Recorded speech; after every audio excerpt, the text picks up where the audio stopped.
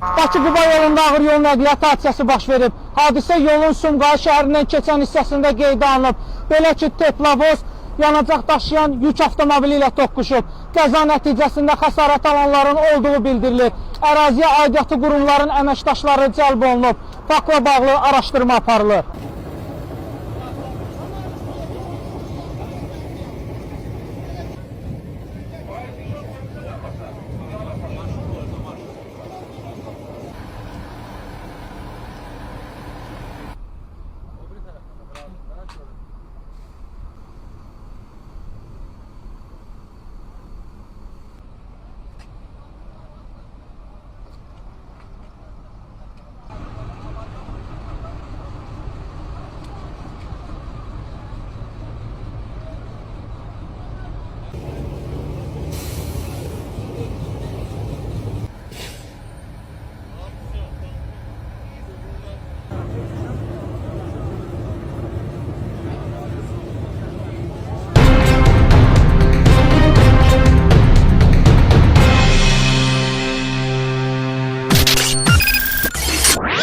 BTV Xəbər.az